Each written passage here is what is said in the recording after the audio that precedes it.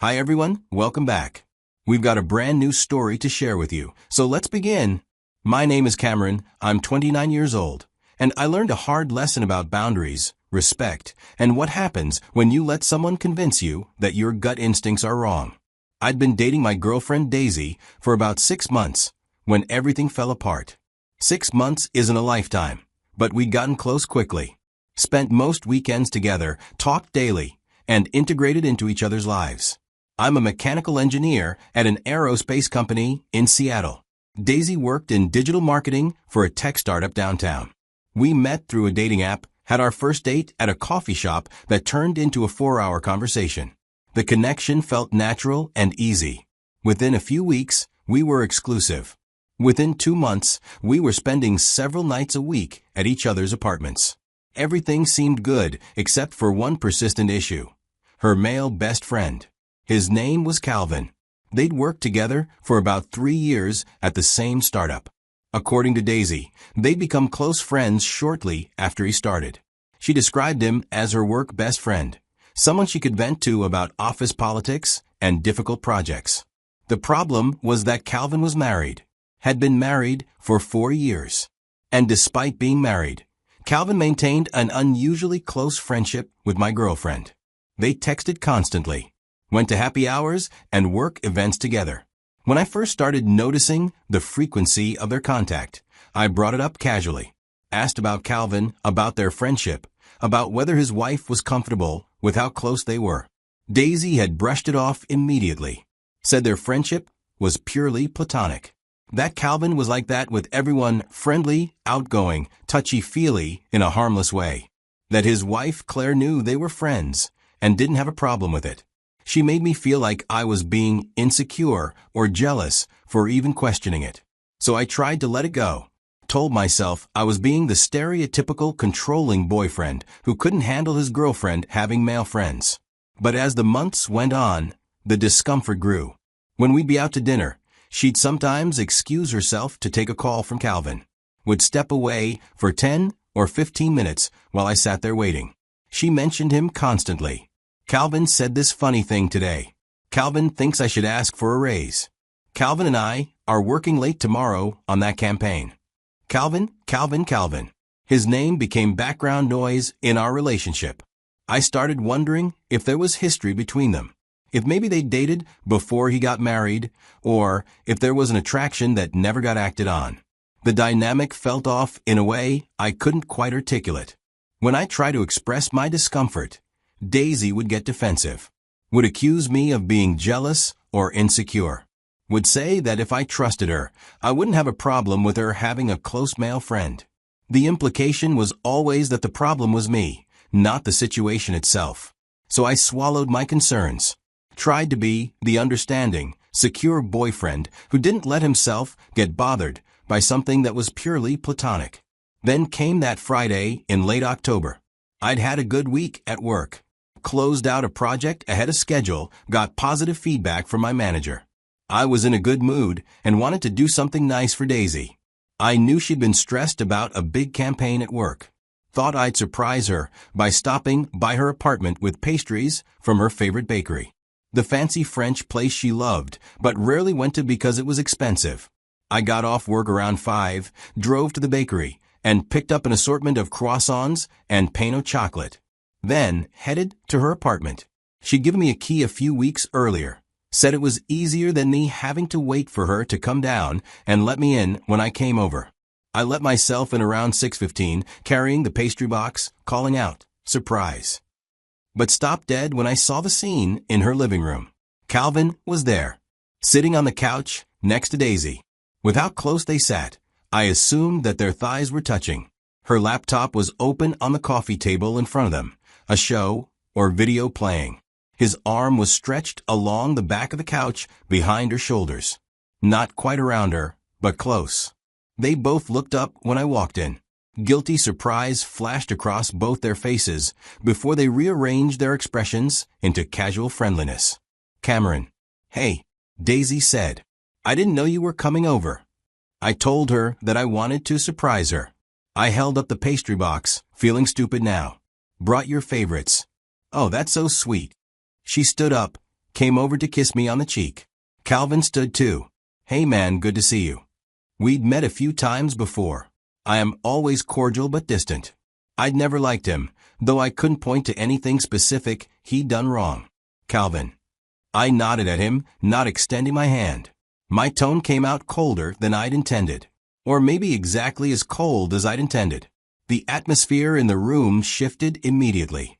Awkward tension replaced whatever comfortable intimacy had existed before I arrived.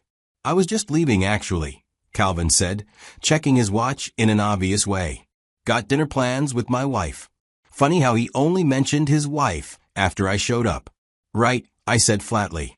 Calvin gathered his jacket and bag, said goodbye to Daisy with a hand on her shoulder, and a text me later. Then he left, and Daisy and I were alone in her apartment with the elephant I'd just witnessed taking up all the air in the room. That was kind of rude, Daisy said immediately, before I could even process what to say. I asked her what was rude. She claimed the way I acted toward Calvin was rude, because I was cold and dismissive. I set the pastry box down on her kitchen counter and asked her, was I supposed to be thrilled to walk in and find you sitting that close with another guy? Daisy claimed they weren't sitting that close to each other. They were watching something on her laptop. She added that I was being ridiculous. I told her that his arm was around her. She argued that it was on the back of the couch, not around her, reminding me that they are just friends. Do you expect us to sit on opposite sides of the room? She asked. I took a breath, trying to stay calm. I expect boundaries. He's married. You're in a relationship with me. Sitting that close, at your apartment, alone together, it looks bad. She responds that it looks bad to me and my insecurity. The argument escalated from there.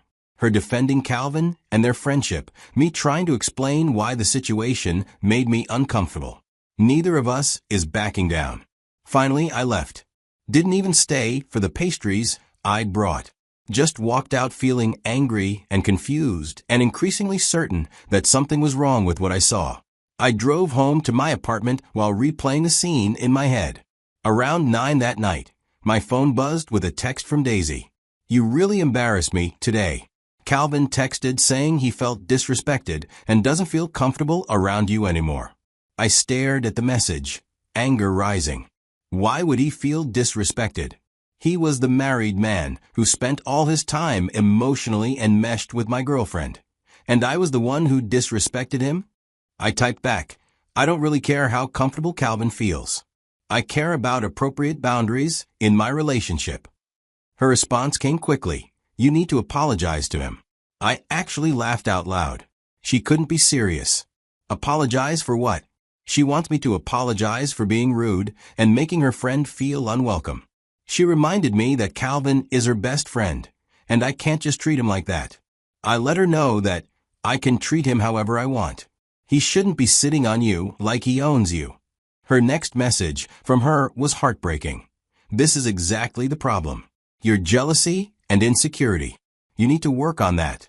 Just be the bigger person and apologize. I sat there reading and rereading her messages. The audacity of demanding I apologize to the guy who was clearly crossing boundaries with my girlfriend.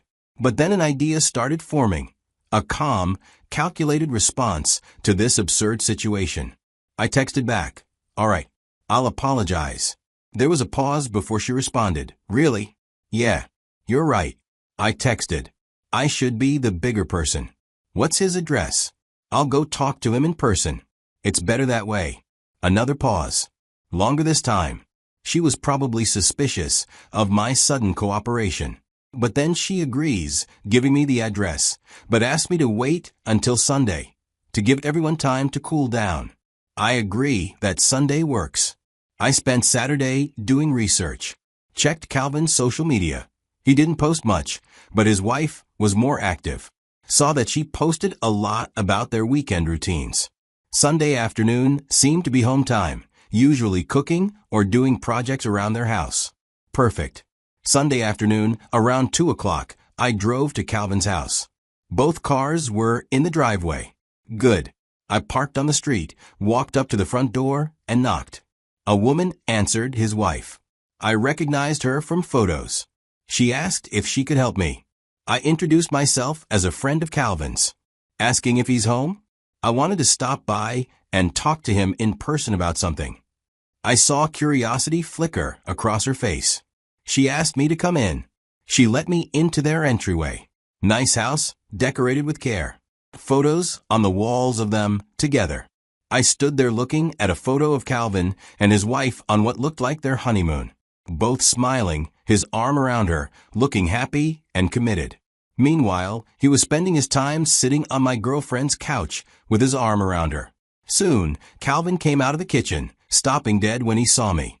His expression went from confusion to something like alarm. "Hey, Calvin." I started. "Hope it's okay, I stopped by. I wanted to talk to you in person." Calvin's wife was hovering nearby, curious about this unexpected visitor. Calvin looked like he wanted to suggest we talk outside, but couldn't figure out how to do that without seeming suspicious to his wife. "Yeah, sure. What's up?" he finally asked. I kept my tone calm, respectful, and slightly regretful, like a guy genuinely trying to make amends. I wanted to apologize. The other day, at Daisy's apartment, I think I came off as rude, and that wasn't fair to you. Calvin relaxed slightly, saying, "Oh, yeah, it was a little awkward, but I caught him off guard by saying, I need to apologize for assuming you understood boundaries," I continued, my tone staying even and sincere. "That was my mistake." Calvin's expression shifted, starting to realize this wasn't going where he thought. But I didn't care as I said, "I'm sorry, I expected more maturity from a married man who gets inappropriately close with his female friends, my girlfriend included." His wife's expression changed, confusion giving way to alarm. "What?" Calvin's face flushed. "Cameron, it's not like that. We're just friends." "Right. Friends who sit pressed up against each other on couches. Friends who spend more time together than you apparently spend with your wife." I kept my tone factual while stating my observations. Calvin's wife was looking at him with concern, clear on her face. "What is he talking about?" "Nothing, he's exaggerating," Calvin replied almost immediately. I told Calvin's wife how I walked into Daisy's apartment on Friday and found them on the couch together, very close together, his arm around her, watching something on her laptop in her apartment, alone. I looked at Calvin's wife directly. "Did you know he was there?" The wife was staring at Calvin. Calvin had told his wife he was working late on Friday at the office. I nodded politely at both of them.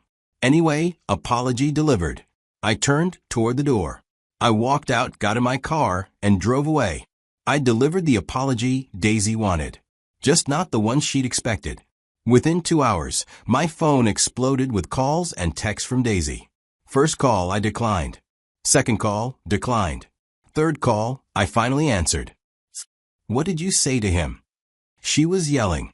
"Calvin's wife is freaking out. She's accusing him of having an affair. What the hell did you do?" "I apologized like you asked me to," I said calmly. Daisy wanted to know what exactly I said. I told her that I told the truth about how I walked in and found them very close together, that their friendship has inappropriate boundaries.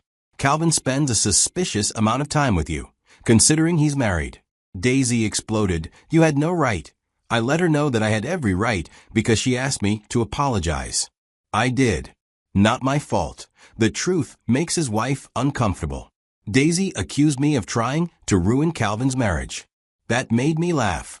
I let her know that if Calvin's marriage is in trouble, it's because of how he conducts himself, not because I pointed it out. Daisy called me a vindictive asshole, and I responded by telling her that she's in an emotional affair with a married man while pretending I'm the problem for noticing. If you'd respected our relationship the way I respected yours, we wouldn't be having this conversation. She was quiet for a moment, then said, "We're done. I can't be with someone who would do something like this." I replied, "Good. I can't be with someone who prioritizes her married coworker over her actual boyfriend. Seems like we're on the same page." I hung up. She tried calling back, twice more. I declined both calls, then blocked her number. I felt surprisingly at peace with the decision. That should have been the end of it. But 3 weeks later, she texted from a different number. Calvin's marriage is in serious trouble because of what you did. Calvin's wife is demanding couples therapy and talking about separation. Are you happy now? I stared at the message for a long time before responding. Finally typed, I only spoke the truth. What they do with that truth is up to them. If their marriage is in trouble, it's because of Calvin's behavior, not my honesty. She didn't respond to that. I blocked the new number too.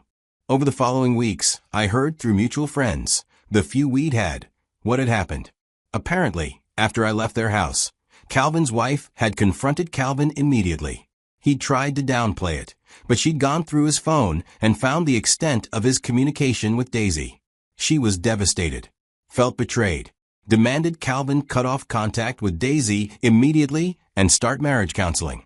Calvin had complied. He didn't have much choice, but the damage was done. According to what I heard, they were trying to work through it, but Calvin's wife's trust was shattered. Calvin eventually left the company. Whether he was forced out or chose to leave to escape the situation, I never found out. Daisy apparently stayed, but from what I heard, things were uncomfortable for her for a while. I felt no guilt about any of it.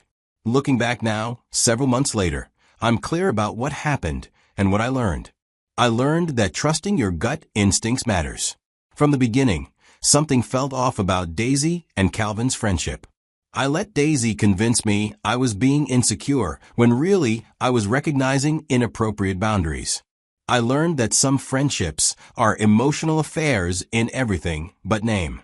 They weren't physically cheating, as far as I know, but the emotional intimacy, the time, the priority they gave each other, that crossed lines that should exist in committed relationships. I learned that people will gaslight you about obvious problems if they benefit from you not noticing. Daisy made me feel crazy for being uncomfortable with a situation that any reasonable person would find problematic. I learned that respecting someone's marriage sometimes means being the one to point out when they're not respecting it themselves. Calvin's wife deserved to know how her husband was spending his time and emotional energy. I learned that being the bigger person doesn't mean letting people walk all over your boundaries. Sometimes it means standing up for yourself in ways that make others uncomfortable. I learned that the truth is a powerful weapon when wielded calmly. I didn't yell or make threats or act aggressively. I just stated facts in front of someone who deserved to hear them.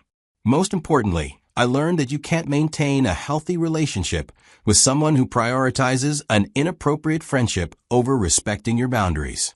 Daisy chose Calvin over me repeatedly. She made me feel like the problem for noticing. Demanded I apologize to him for daring to be uncomfortable with their dynamic. The only mistake I made was not ending things sooner. When I finally did end it by delivering that apology, it was the right choice. Not just for me, but honestly for everyone involved.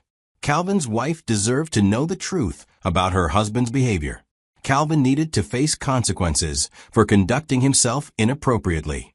Daisy needed to confront the reality of what she'd been doing instead of hiding behind the excuse of just friends. And I needed to walk away from a relationship that was never going to respect my legitimate boundaries. Sometimes people ask if I feel bad about how things went down, whether I regret going to Calvin's house and saying what I said in front of his wife. The answer is no. I could have handled it differently. Could have just broken up with Daisy and walked away without involving Calvin's wife. But why should Calvin's wife remain in the dark about her husband's behavior? Why should she continue trusting someone who was betraying that trust?